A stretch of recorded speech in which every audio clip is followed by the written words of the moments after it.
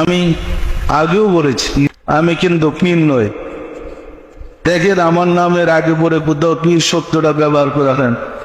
আমি পীর না, আমার পরি দরবারে আর কেউ পীর হবে না, আমার ভক্তদের মাঝে কেউ পীর হবে না। পরিষ্কার না? পরিষ্কার না? আমরা মোহাম্মদ ইসলাম চালাচ্ছি, রাসূলের ধর্মতে।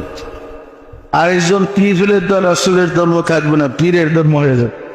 সুতরাং রাসূলের ধর্ম চালানোর জন্যে আমাদের স্থাবর অস্থাবর যত জায়গা সম্পত্তি আছে সব ট্রাস্ট করে দিচ্ছে। এই পর্যন্ত যা হয়েছে, মৃত্যুর আগ পর্যন্ত যা হচ্ছে সব ট্রাস্ট পেয়ে মোহাম্মদ ইসলাম প্রচারের জন্যে।